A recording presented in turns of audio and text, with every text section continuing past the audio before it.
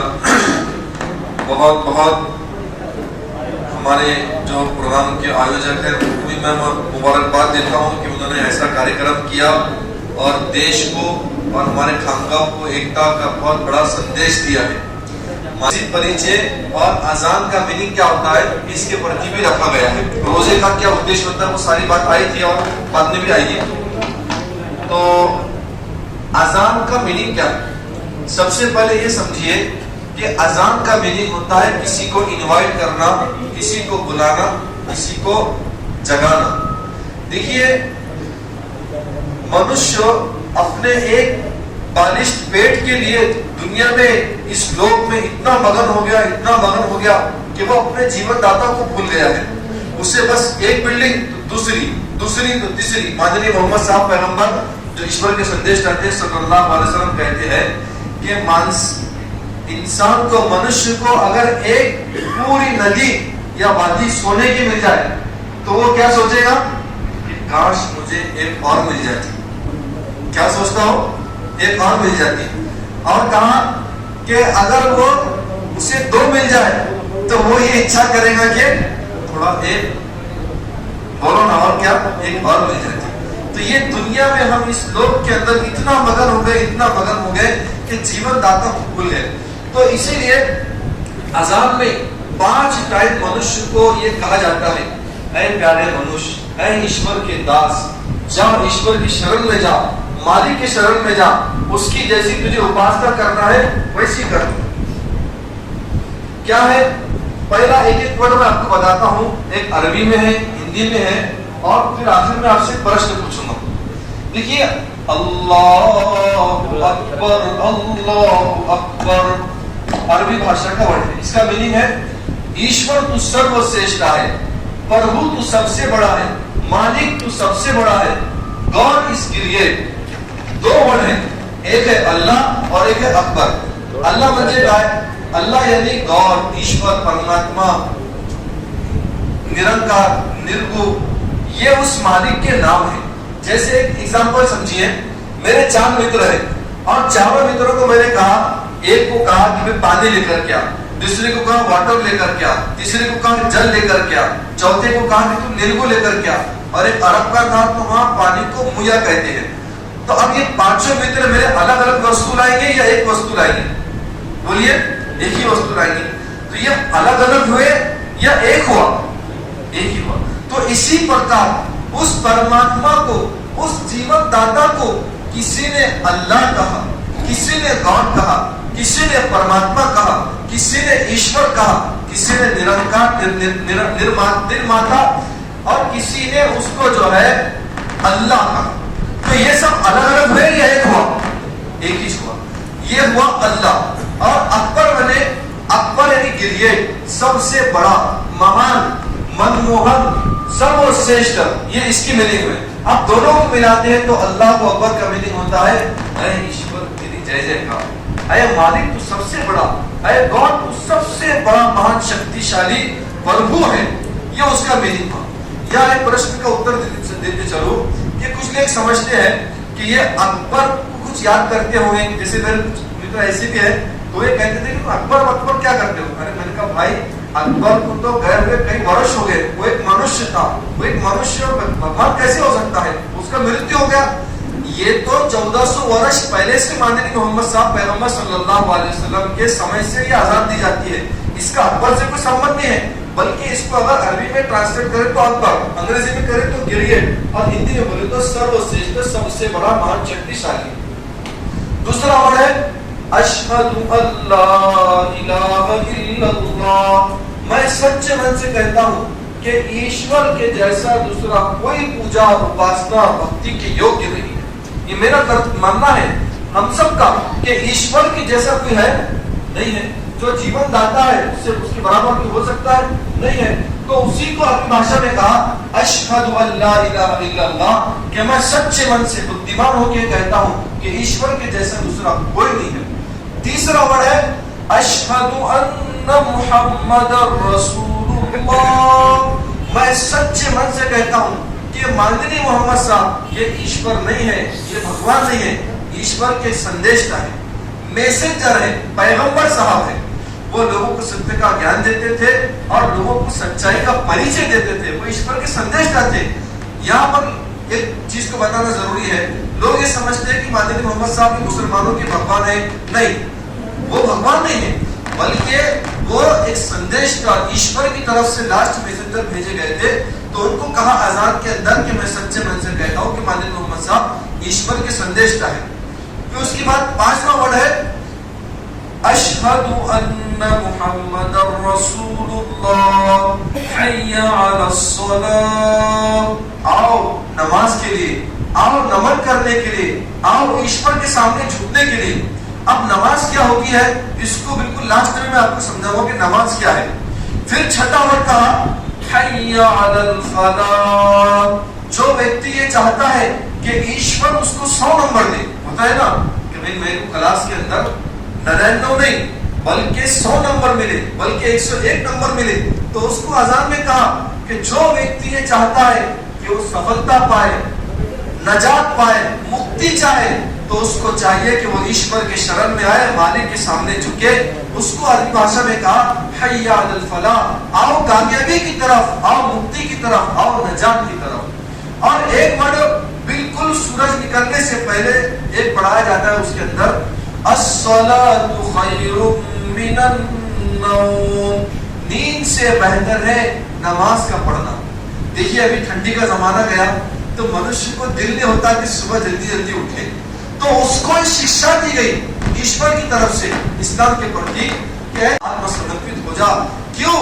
नींद से बेहतर है नमाज का पढ़ना, मालिक के सामने झुकना, मालिक की जय जयकार करना, ये दुनिया की सारी वस्तु से बहुत बड़ी चीज है। फिर रिपीट किया 2 मरतबा अल्लाहु अकबर, अल्लाहु अकबर, ऐ प्रभु तू सबसे बड़ा, ऐ गॉड तू सबसे बड़ा, ऐ अल्लाह तू सबसे बड़ा, ला इलाहा इल्लल्लाह, मालिक के जैसा दूसरा कोई पूजा, उपासना, भक्ति के योग्य नहीं। ये मैंने आपको हिंदी में, अंग्रेजी में और जो आता मोटा मोटा मराठी में आपको बताया अजान का मीनिंग। अब मुझे बताइए इसमें एक वर्ड भी ऐसा है जिसमें यह कहा गया हो कि सिर्फ मुसलमानों के मालिक के मकान, मुसलमानों के मानने वाले भगवान खा जाओ, ऐसा है इसमें? कोई मुस्लिम शब्द आया इसके अंदर? नहीं आया है। मैं आप सबसे बहुत स्पष्ट विनती करता हूँ, साफ कहता हूँ कि जब भी अजान होगी तो आप ये बिल्कुल मत सोचना कि ये मुसलमान के भगवान की पूजा हो रही है, बल्कि ये विचार करना कि ये मेरे भी प्रभु की जय जयकार हो रही है, ये मेरे भी जय मालिक की, प्रभु की, ईश्वर की जय जयकार हो रही है। तो सबका करता, गर्विता, रचयिता, क्रिएटर, मालिक की पूजा की बात हो रही है। ये मैंने आपको बिल्कुल साफ बता दिया है। दूसरा, मस्जिद में जब हम आते हैं तो मस्जिद में आते समय ऐसा हमारे जो मुफ्ती साहब कह रहे हैं कि हमने निमंत्रण पर 1:15 टाइम डाल दिया, तो समय खत्म हो गया, तो कार्यक्रम हम जारी रखिए या खत्म कर दीजिए? जी ये जरूरी है, सही है, बहुत अच्छी बात है। आपकी इच्छा अगर हो तो अंदर से क्या कहते हैं, ठीक है? आवाज क्या ही बरोबर, ऐसा लग रहा है कि कुछ समझ भी नहीं आ रहा है। मैं तो पहले बोल रहा मेरी मराठी अच्छी नहीं है, ठीक है चलने देना। चलिए मैं भी जरा स्पीड से लेता हूँ, चलिए हाँ जी, मैं और स्पीड से लेता हूँ लगे तो। देखिए मस्जिद में आते समय, मस्जिद में आने के बाद में आदमी को पवित्र होना बिल्कुल जरूरी है। देखिए एक है पवित्रता और एक है स्वच्छता। मैं आपके सामने खड़ा हूँ एकदम टिप टॉप कपड़े बहुत अच्छे इस तरह प्रेस करे हुए, ये हो गया स्वच्छ। लेकिन इससे 2 कदम आगे बढ़ के इस्लाम में शिक्षा दी गई है कि मनुष्य को पवित्र हो क्या है। जैसे फॉर एग्जांपल अगर मैं लंबी कर आ गया, ये मेरा ब्लड लीकेज हो गया, तो अब मेरे लिए जरूरी है कि मैं अब पवित्र हो जाऊं। तो पवित्र होने के लिए इस्लाम में ये कहा गया है कि आदमी वजू करे। क्या करे? वजू करे। वजू कैसे किया जाता है?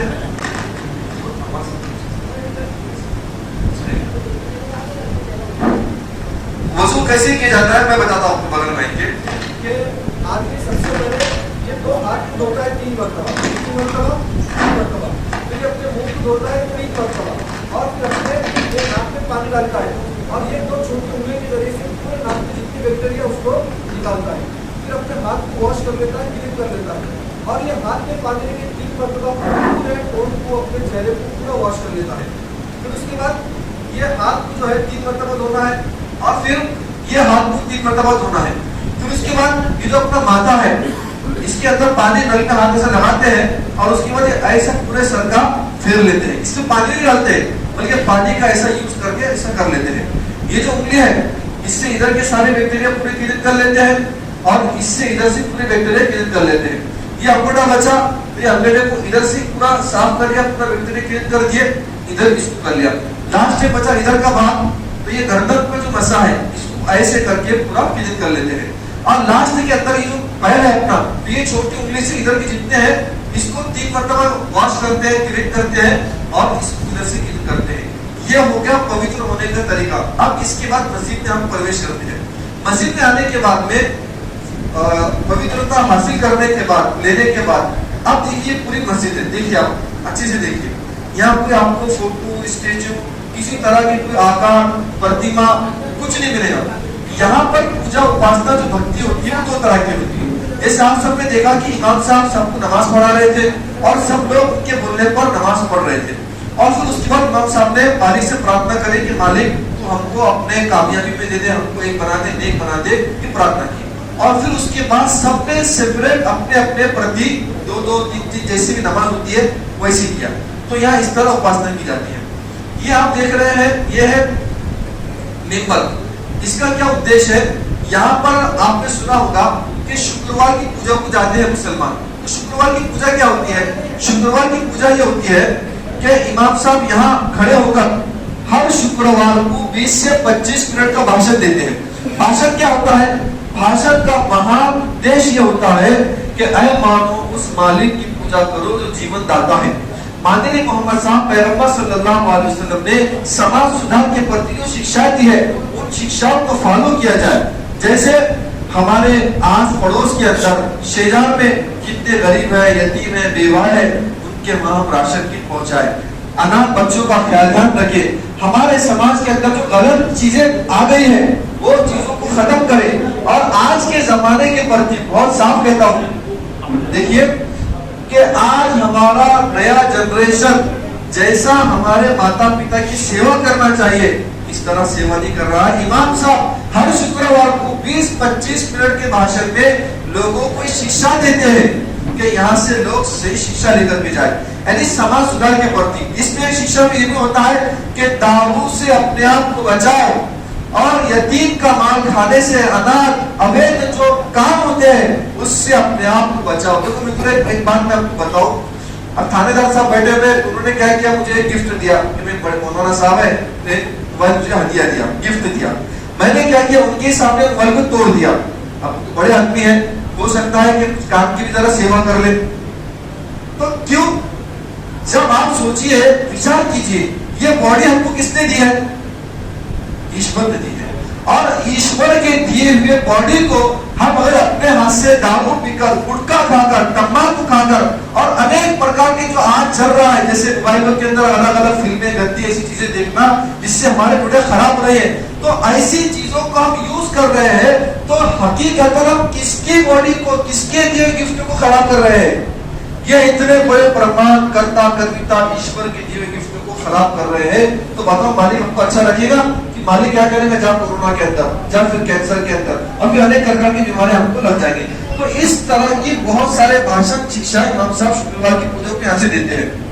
ये बहुत बड़ा कोई पवित्र स्थान नहीं है, बल्कि सिर्फ लोगों को भाषण कैसे दिया जाए तो इसके लिए इसको बनाया गया है। बाकी इससे ज्यादा ये किसी की कब्र नहीं है, न कोई बहुत बड़ा पवित्र स्थान है, ऐसा कुछ नहीं है। और ये जो आप देख रहे हैं ये पेपर है, ये ऐसा क्यों बनाया जाता है? ये इसलिए बनाया गया असल में कि पहले माइक नहीं था, जैसे मेरा भी माइक काम नहीं कर रहा था, तो ये माइक अगर हम ऐसी आवाज करते हैं तो हमारी साउंड रिपीट आता है, इसको बोलेंगे इको साउंड सिस्टम, यानी आवाज साउंड हमारा रिपीट आ जाए।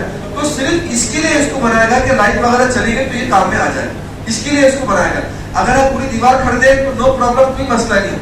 तो ये भी कोई बहुत बड़ा पवित्र है, कोई स्टेचू या कोई मूर्त है, इस तरह का कोई ऐसी चीज नहीं है कि यहाँ झुककर हम इस तरह नमाज पढ़ते हो, ऐसा कुछ नहीं है। ये जो आप देख रहे हैं ये सब, ये लाइन दोहरी बिल्कुल कि सब आज 3-4 मस्जिद में आने के बाद एक रूल है, मस्जिद में आने के बाद कोई छोटा, कोई बड़ा, कोई काला, कोई गोरा, ऐसा कुछ नहीं होता है, बल्कि सबको एक मान सम्मान के साथ जगह दी जाती है। फॉर एग्जाम्पल, कोई जैसे बहुत बड़े मौलाना साहब है या पद अधिकारी साहब है और उनके घर में कोई झाड़ू देने वाला व्यक्ति है, वो अगर पहले आ गया तो उसको जगह पहले मिलेगी।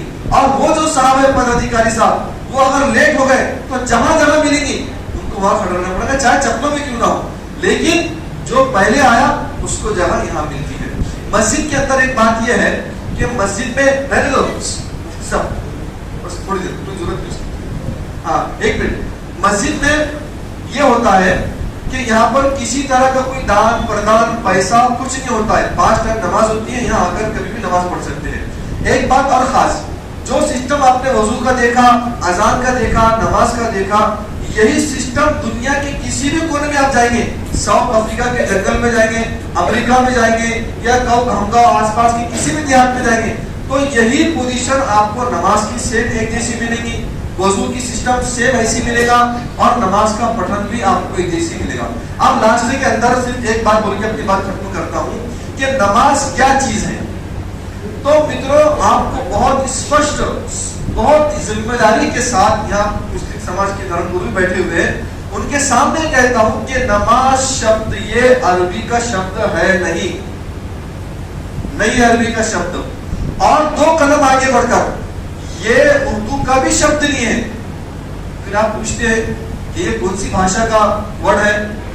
देश की अगर सबसे पुरानी भाषा अगर किसी को कहा जा सकता है तो ये संस्कृत का वर्ड है, संस्कृत का वर्ड है। और इसका रूट वर्ड अगर देखा जाए तो नमः अज है। क्या है? नमः अज, यानी क्या मीनिंग कि उस ऐ प्यारे भक्त, उस मालिक के सामने नमाज पढ़, उस मालिक के सामने झुक नमन कर, जो अजन्मा मालिक है, जिसको किसी ने जन्म नहीं दिया, ना वो किसी से जना गया, ईश्वर के सामने, मतलब ये उसका मीनिंग होता है। अब आप देखिए धार्मिक ग्रंथ को जब हम पढ़ते हैं तो धार्मिक ग्रंथ में ये कहा गया कि सष्टांग प्रणाम और नमाज दोनों का मीनिंग एक ही होता है। सष्टांग प्रणाम और नमाज दोनों का मीनिंग एक ही होता है। कैसे? देखिए, वो सारा रोज ध्यान में रखिए कि मैं पवित्र होकर आया, अजान हो गई और मैं मालिक के सामने खड़ा हूँ, तो ये मेरे सामने मेरे 2 पैर खड़े हैं। कैसे है ये? 2 पैर, और मैं खड़ा हूँ मालिक के सामने कि मालिक मेरे बहुत बड़े पाप है, मैं बहुत बड़ा पापी हूँ, मुजरिम हूँ, गुनहगार हूँ, मैं तेरे शरण में आता हूँ, मुझको तो क्षमा कर दे, इसके लिए मैं खड़ा हूँ। ये मेरे हुए 2 पैर। उसके बाद ये 2 घुटने रख दिए। कितने हुए? बोलिए जरा। 4। वो बोलते ना, अरे भाई उसने तो घुटने टेक दिया। तो यहाँ मैं अपने पापों को समझकर मालिक तेरे सामने मैं अपने घुटनों को टेक दिया हूँ, अब मुझको तू क्षमा कर दे। तो 2 और 2 4। अब उसके बाद ये हाथ टेक दिया हो। क्या कर दिया? वो बोलते ना, अरे तेरे सामने हाथ टेकता हूँ, तू मेरी बात को मान ले, समझ। तो यहाँ पर मैंने किसी और के सामने नहीं, किसी मनुष्य के सामने नहीं, बल्कि प्रभु के सामने, अल्लाह के सामने, गॉड के सामने मैंने हाथ टेक दिया। कितने हुए? 2 4, 2 और 2 4 और 2 6। उसके बाद एक नाम टेक दिया। कितने हुए? 9 नाम। ये नाम का ही मसला है साहब। लोग क्या बोलते हैं, हमारे नाम काटा था क्या? पूरी हिस्ट्री के अंदर आज तक किसी की नाम नहीं कटी। अरे पूरी हिस्ट्री में आज तक किसी की नाम कटी है, लेकिन क्या मसला आता? नाम का आता। तो ये नाम देख दिया तो मनुष्य को शिक्षा दी जाती है कि अपने अंदर जो है ना, मैं बड़ा, मैं बहुत बड़ा नहीं, इसको मिटा और ये कहे कि मालिक मैं कुछ नहीं हूँ, मैं तेरी शरण में आता हूँ। ये हो गए सेवन। और ये माथा टेक दिया। क्या कर दिया? माथा टेक दिया। कितने हुए? अब मैं पूछता हूँ, बताओ ये क्या है? नमाज है या सष्टांग प्रणाम है? क्या है? यही क्या है? नमाज है। आपसे पूछता हूँ, बताओ क्या है ये? साष्टांग प्रणाम। साष्टांग प्रणाम और नमाज, बताओ कितना हमारा एक दूसरे से मिलता जुलता सब कुछ है, लेकिन हम एक दूसरे को नहीं समझते हैं, हम पढ़ते नहीं हैं, तो ये कितनी सारी चीजें गलत हो जाती हैं। तो ये सजदे में जाकर मनुष्य को सबसे बड़ी शिक्षा, बुद्धि क्यों टिकाई, 8वां नंबर के ये सबसे बड़ा मसला है कि मनुष्य अपने बुद्धि में 24 घंटे ये बिछाए कि मेरा प्रभु सबसे बड़ा, वो मुझको देख रहा है और मुझे उसके सामने जाना है। बस इन्हीं चंद बातों पर मैं अपना ये भाषण समाप्त करता हूँ।